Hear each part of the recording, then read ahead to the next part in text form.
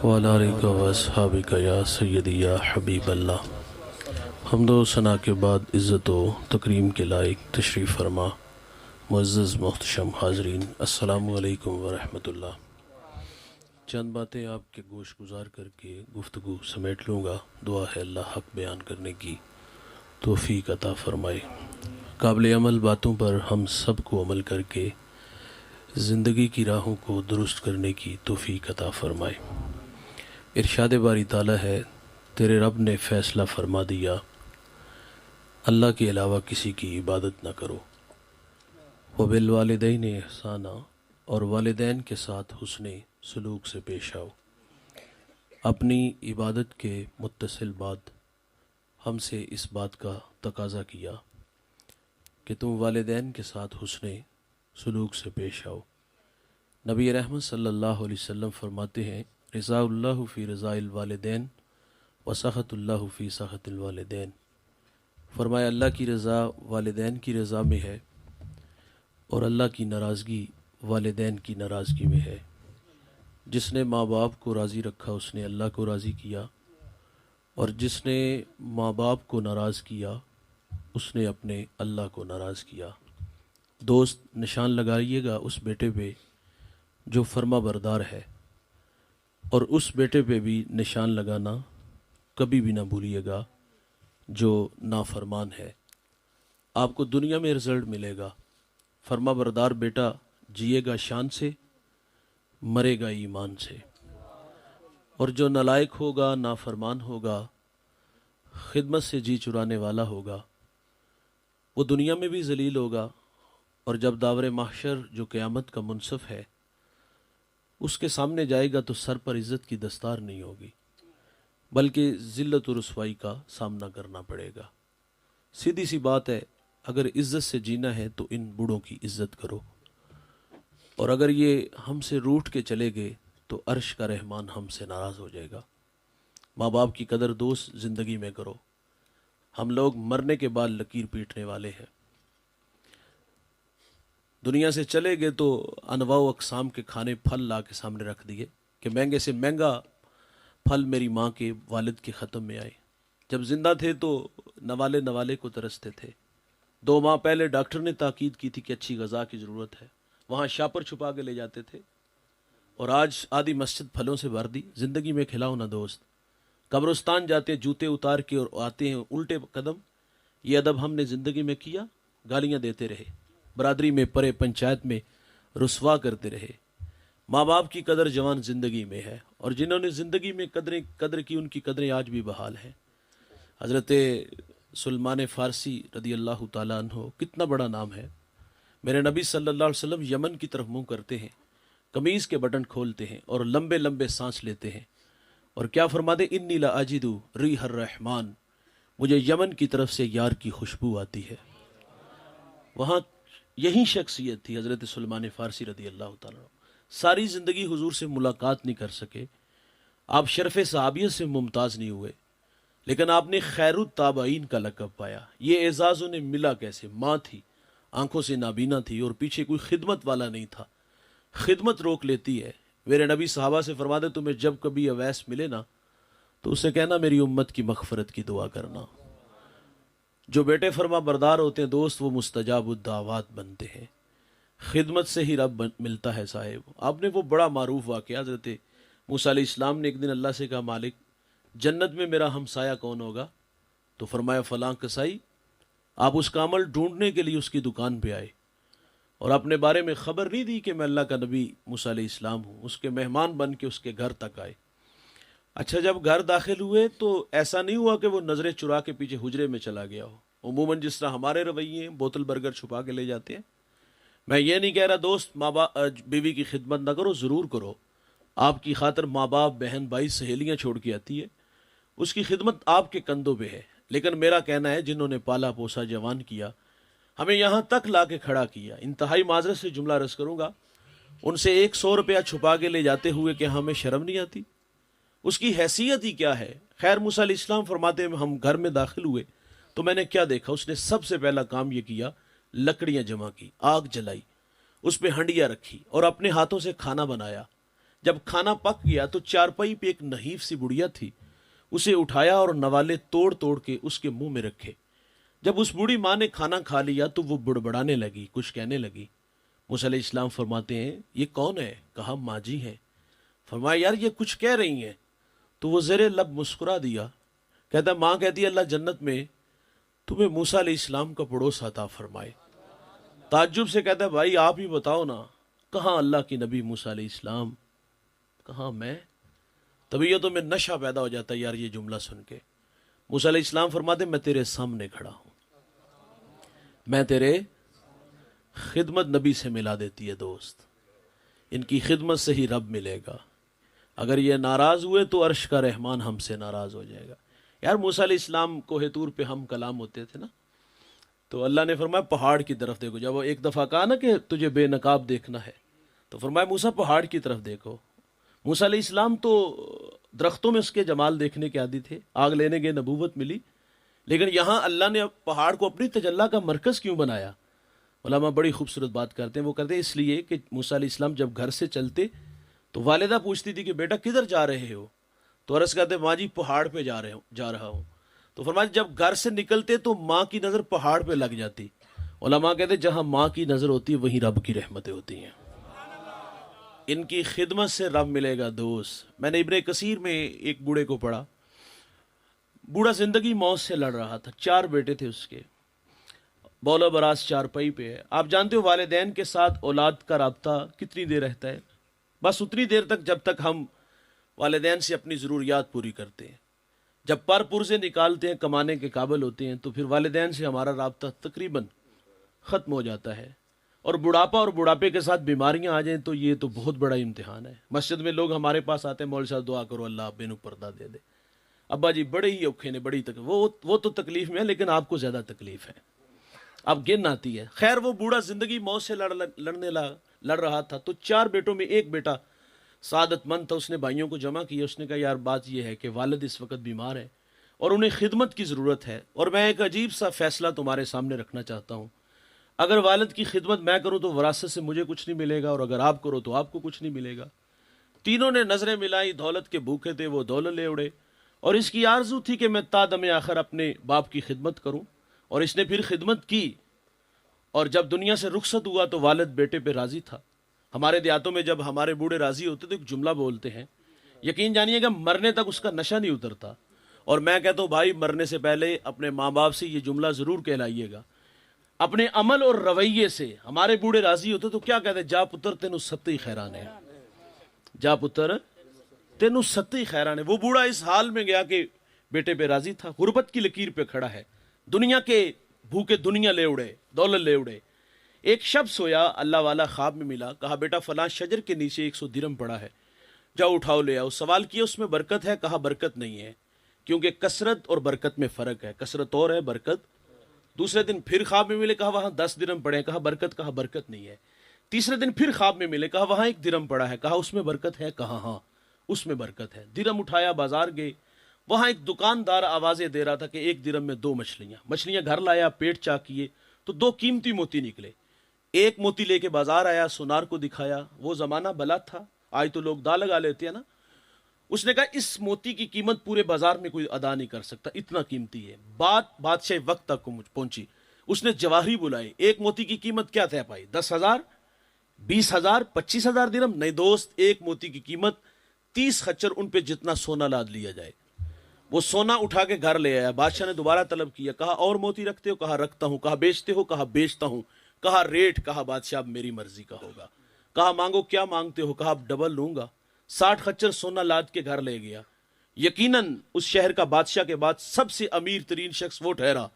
کون؟ میرے بھائی، جس نے اپنے بوڑھے باپ کی خدمت کی۔ یہ دولت ہی سب کچھ نہیں ہوتی دوست، یہ ٹگے سب کچھ نہیں ہوتے۔ ماں باپ بڑی دولت ہے یار، لیکن ہم نے اس دولت کی قدر دیکھی ہے بڑھاپے میں، جب وراثت تقسیم ہوتی ہے۔ 1 انچ پہ بھائی کا گلا کاٹ دیتا ہے، ذبح کر دیتا ہے۔ وراثت تقسیم ہوئی تو جھگڑا ہوا۔ بچپن میں یہ جھگڑا نہیں تھا، بچپن میں جھگڑا ہوتا تھا ماں میری ہے، ابا میرا ہے، اور کتنا خوبصورت جھگڑا تھا، کاش کے بڑھاپے میں بھی ہوتا، لیکن بدقسمتی سے بڑھاپے پہ نہ ہوا، والدین پہ نہ ہوا، وراثت پہ ہوا۔ اچھا جب والدین کی باری آتی تو تماشا دیکھنے والا ہوتا ہے، بیٹے نظریں چراتے ہیں، کوئی کہتا ہے گھر چھوٹا ہے، کچھ کہتے خرچے زیادہ ہیں. شرم نہ آئی یار یہ بات کرتے ہوئے؟ کبھی ماضی کے اوراق پلٹو. اکیلا تھا, 4-5 بیٹے تھے, بھائی تھے تم یار, ہمارے سٹیٹس کا خیال رکھا, ہماری ماں سے مشورہ کر کے 3 کو دارالعمان میں نہیں چھوڑ آیا, ایک جیسا کھانا ملا, ایک جیسا لباس ملا, اچھی تعلیم ملی. اور ہمارا حال کیا کہ آج ہم کہتے ہیں ہمارے خرچے زیادہ ہیں, اور کچھ نالائق کہتے ہیں گھر چھوٹا ہے. اور کچھ ایسے نالائق بھی ہم نے دیکھے, وہ کہتے ہیں بوڑھا کھانستا تو میرے بچوں کی نیند خراب ہوتی ہے. مکافات عمل ہے بھائی, جیسا کرو گے آنے والے کل میں اولاد سے بھگتنا پڑے گا. تو ماں باپ کے ساتھ ہمارے رویے کیا ہیں؟ ہم نے رسوا کیا والدین کو, ہمارے والدین ہمارے رویوں سے نالا ہوئے.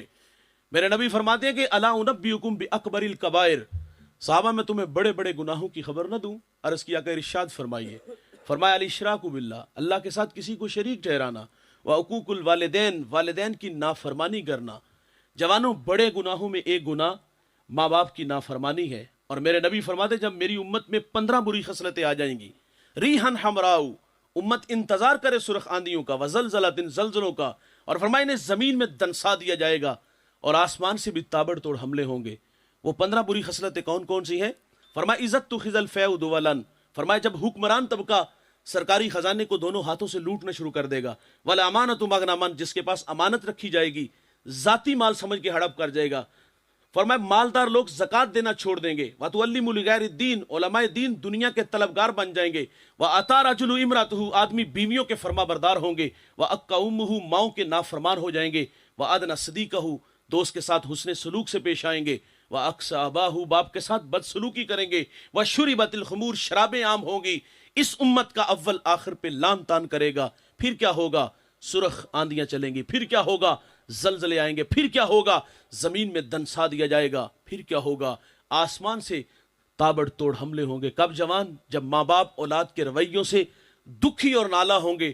پھر رحمت خداوندی اس قوم کے بیٹوں سے ناراض ہو جائے گی, اور ناراضگی کا اظہار کبھی سرخ آندیاں, کبھی زلزلے, کبھی زمین میں, کبھی آسمان سے یالا باری ہوگی. ایک صحابی نے حضور سے عرض کیا, حضور قیامت کب آئے گی؟ کوئی نشانی ارشاد فرما دیں. تو میرے نبی فرماتے جب مائیں ذلیل ہو جائیں گے.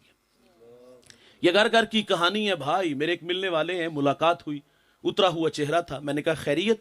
پھونٹ پھونٹ کے رونے لگے. کچھ آنسو تھمے تو میں نے کہا کچھ بتائیں تو صحیح. مجھے کہتی بیٹے نے منہ پہ تھپڑ مارا ہے. میرا ہاتھ پکڑ کے سر پہ رکھا, قریب تھا کہ پھٹ ہی جاتا. 1-2 ہفتے بعد دوبارہ ملاقات ہوئی تو میں نے آپ دیدہ دیکھا. میں نے کہا ظالم نے پھر مارا. مجھے کہتی اس نے کچھ نہیں کہا, تیری باتوں نے دکھی کیا. میں نے کہا میں نے آپ کو کیا کہا؟ مجھے کہتی تیری یہ باتیں میں نے سوشل میڈیا پہ سنی, بہت سارے لوگ تیرے سامنے بیٹھے تھے. دل ڈوبنے لگا, خوف کھانے لگا کہ اتنے لوگوں میں سے کسی نے میرے بیٹے کو بد دعا نہ دی ہو. میں نے کہا ظالم تو تھپڑ مارتا ہے اور وہ تیری زندگی کی بھیک مانگتی ہے. جب ماں باپ دکھی ہوں گے تو خدا ناراض ہو جائے گا. مجھے جنوبی پنجاب سے ایک صاحب نے کال کی, مولانا ایک مشورہ کرنا ہے, مجھے کوئی راستہ دکھائیے گا. وہ کہتا ہے ماں جوانی میں بیوہ ہوئی, اکیلا ہوں, کوئی بہن بھائی نہیں. اس بات کا پوری شدت سے احساس ہے کہ ماں نے مجھے بڑی محنت سے پالا ہے, لوگوں کے گھروں میں برتن مانجے ہیں, جھاڑو دیے ہیں, اور آج میں بڑا ہو گیا, شادی شدہ ہوں, اور گھر میں نو ساس کا جھگڑا ہے, جہاں لا کے اس نے مجھے کھڑا کیا. تو وہ کہتا ہے جو میں دیکھتا ہوں اس میں ماں کا قصور کچھ زیادہ ہے, تو آپ مجھے مشورہ دو میں کیا کروں. میں نے کہا درگزر, گھر والی کو بھی سمجھا, جس طرح پیچھے ماں چھوڑ کے آئی یہ بھی ماں ہے, بڑھاپا تو خود امتحان ہوتا ہے. مجھے کہتا ہے میرے ذہن میں ایک ترکیب آئی ہے, میں اپنی ماں کا نکاح نہ کر دوں. میں نے کہا تیری اماں کی عمر کتنی ہو گئی؟ کہتا ہے 60 سال. میں نے کہا ظالم, جوانی تو تیرے نام لگا دی, جب اسے سہارے کی ضرورت تھی تجھے سہارا سمجھا, اور آج تو بھی اس کو گھر سے نکال رہا ہے. یہ اولاد کے رویے ہیں.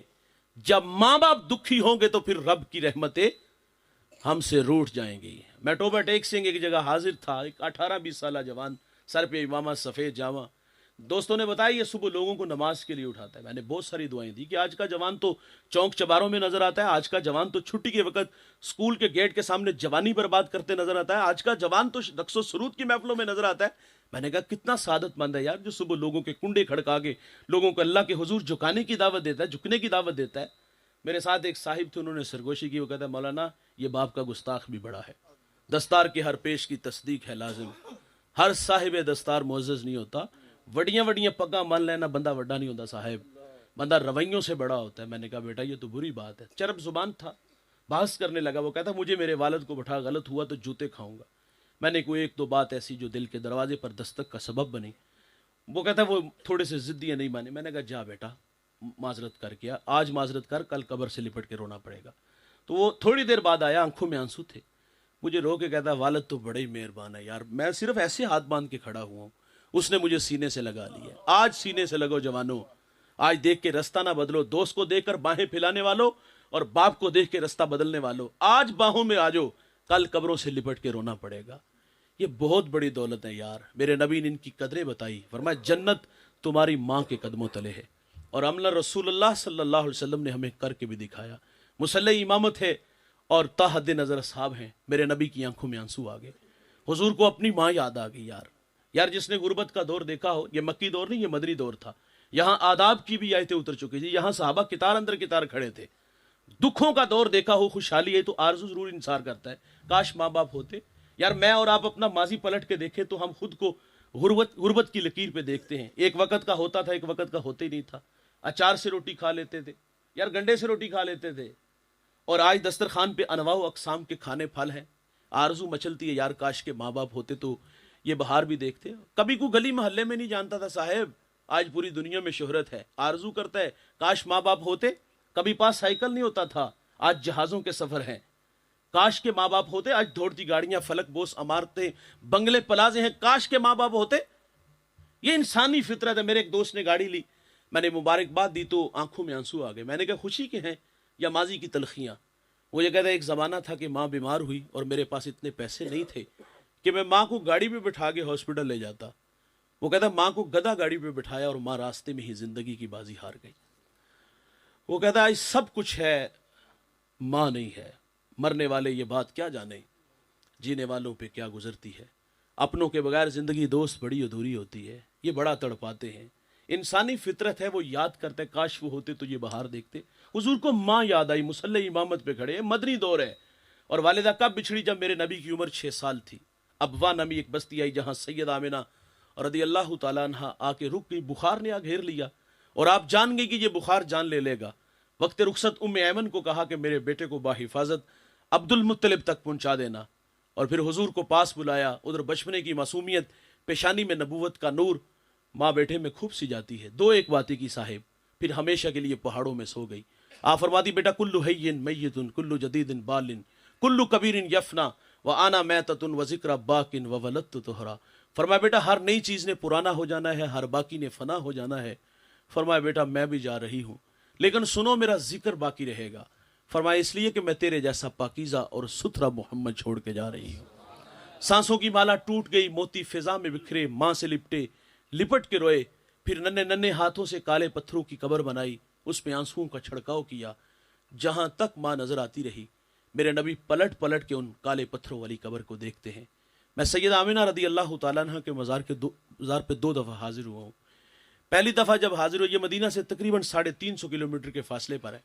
پہلی دفعہ حاضر ہوا, پہاڑ کے نیچے تھا, ماحول خاموش تھا, ہوا کا کہیں سے کوئی ایک جھونکا بھی نہ آیا. لیکن جب ماں جی کے قدموں میں جا کھڑا ہوا, ایسا لگا کہ اللہ نے جنت کے 8 دروازے کھول دیے ہوں. آج بھی جنت سے ٹھنڈی ہوائیں سید آمنہ کو سلام کرنے آتی ہیں. میرے ساتھ کچھ دوست تھے, میں نے عرض کیا یار آج ہم یہاں سے رخصت, جس طرح حضور نے والدہ سے رخصت چاہی, پلٹ پلٹ کے دیکھا تھا, آج ہم بھی اسی طرح رخصت چاہیں گے. جب پہلی دفعہ ہم نے پلٹ کے دیکھا, حضور کا بچپنا اور وہ بچپنے کی تڑپتی کہانی یاد آئی. مقام بدر تک ہماری ہچکیاں اور سسکیاں تھمنے کا نام ہی نہیں لے رہی تھی. ابوا کے ٹیلے پہ ام ایمن کہتی میں لے کے حضور کو پہاڑ سے نیچے آئی, پلٹ کے دیکھا تو حضور میرے ساتھ نہیں تھے. آپ فرماتی میں دوبارہ پھر پہاڑ پہ چڑھی تو میری آنکھیں کیا دیکھتی ہیں, حضور ماں کے سرانے کھڑے ہیں اور وہاں کھڑے ہو کر کہہ رہے تھے امی جی آپ تو جانتے ہو کہ میرا اس دنیا میں آپ کے سوا کوئی بھی نہیں ہے. ام ایمن کی جان نکل گئی, سینے سے لگا لیا. میرے نبی فرمایا کرتے تھے ام ایمن میری ماں کے بعد میری ماں لگتی ہے. آج بچھڑی ماں کی یاد آئی, آنکھوں میں آنسو تھے. صحابہ کو کلام کیا, فرمایا کاش ماں ہوتی, تمہیں نماز عشاء پڑھا رہا ہوتا, سورت فاتحہ کی قرات بھی کر چکا ہوتا, والدہ کو مجھ سے کوئی کام یاد آ جاتا, مسجد نبوی کے دروازے پر آ کر کہتی ابنی محمد, بیٹے محمد میری بات سنو. حضور فرماتے نماز توڑ کے پہلے ماں کی بات کو سنتا. یہ بڑی دولت ہے دوست, ان کی قدر کرو, زندگی میں کرو. ایک بار آتے ہیں دوبارہ نہیں آئیں گے, ایک بار ہیں آپ کے پاس ہیں تو بھائی ان کے قدموں میں بیٹھا کرو. میں آخر پہ یہ ترغیب ضرور دلاتا ہوں یار, مانا کہ اب آپ بڑے ہو اور آپ کے کندھوں پہ بہت ساری ذمہ داریاں ہیں، لیکن کیا یار آپ کے پاس 24 گھنٹوں میں سے 1 گھنٹہ ایسا نہیں ہے جو آپ اپنے والدین کے ساتھ گزارو؟ پاؤں دبایا کرو، گپ شپ لگایا کرو. اور بھائی پڑھے لکھے آپ زیادہ ہو سکتے ہیں لیکن تجربات آپ سے زیادہ رکھتے ہیں. ان کے قدموں میں بیٹھو گے تو یقین جانو زندگی کے گر سلیقے سکھائیں گے. ان کے ساتھ گپ شپ لگایا کرو، ان سے دوستی لگاؤ یار. ان کے لیے باہر سے تحائف لایا کرو، کبھی کبھی باہر ہوٹل سے کھانا کھلانے لے جایا کرو یار، پرانے یاروں سے ملانے لے جایا کرو. یہ مرتے پتہ ہے کب؟ جب اس وقت مرتے جب اولاد ٹائم نہیں دیتی. اور ہم جب بڑے ہوتے ہیں ہم سمجھتے ہیں ہم 1 ماہ بعد 1000 2000 خدمت کر دے تو بس اتنا ہی ہمارا حق ہے. اور یار پیسوں کے بھوکے نہیں ہوتے، یہ غلطی لگی ہمیں. والدین کو ہمارے پیسوں کی ضرورت نہیں ہوتی، ان کی آرزو ہوتی ہے ہمارے بچے ہمارے پاس بیٹھیں، ہمارے ساتھ وقت گزاریں. زندگی میں بڑا پیسہ کمایا ہوتا ہے دوست، اور وہ پیسہ آپ بھی خرچ کیا ہوتا ہے. اپنے ماں باپ کو وقت دیا کرو. میں پچھلے دنوں کھاریاں کے پڑوس میں ایک چھوٹا سا گاؤں ہے وہاں حاضر ہوا، 6 فروری کا یہ واقعہ ہے. میں نے وہاں حقوق والدین پہ بات کی. نسیم عباس ایک صاحب ہیں، ہمارے دوست ہیں، انگلینڈ ہوتے ہیں. تو میں نے دوران گفتگو اپنے ایک صاحب دوست کی بات سنائی کہ وہ کہتے ہیں میں نے والدہ کو شاپ پہ لے کے گیا تو دکاندار سے کہا کوئی جوتے دکھاؤ. اس نے 4 5 6 قسم کے دکھائے. میں نے والدہ سے پوچھا کہ کون سا پسند ہے؟ انہوں نے کہا پتر ساری چنگے نے. اس نے کہا ساری پیک کر دو. تو یہ بات میں نے دوران گفتگو سنائی. تو میں جب واپس آنے لگا تو مجھے گاڑی تک چھوڑنے آئے تو انہوں نے اپنی بات سنائی. وہ کہتے میں نے ایک دفعہ اماں جی کو کال کی، میں نے صرف اتنا پوچھا کہ ماں جی کی کر رہے ہو؟ تو مجھے کہتے پتر ساگ بنا رہی ہیں، کھانا ہی تھے آ جا. تو وہ کہتا ہے میں 3 گھنٹے پہ ایئرپورٹ تھا اور پھر وہاں سے میں نے فلائٹ لی اور میں گھر آ کے ماں کے ہاتھ کا پکا ہوا ساگ کھایا تھا. اور سعادت مند بیٹے کہاں سے فضاؤں میں اڑتے ہوئے یہاں ماں کے قدموں تک آ گئے. اور یہاں ہوتے ہوئے بھی کبھی ماں باپ کے قدموں میں نہ بیٹھے، ان کی زیارت نہ کی، ان کے پاؤں نہ دبائے. یار یہ بڑی دولت ہے، اس دولت کی قدر کرو. یہ اگر دکھی چلے گئے تو اللہ ہمیں کبھی بھی معاف نہیں کرے گا. اللہ تعالیٰ سے دعا ہے اللہ ہمیں ماں باپ کی صحیح معنوں میں قدر کی توفیق عطا فرمائے. آخر پہ ایک اعلان سننے، آپ کے بالکل پڑوس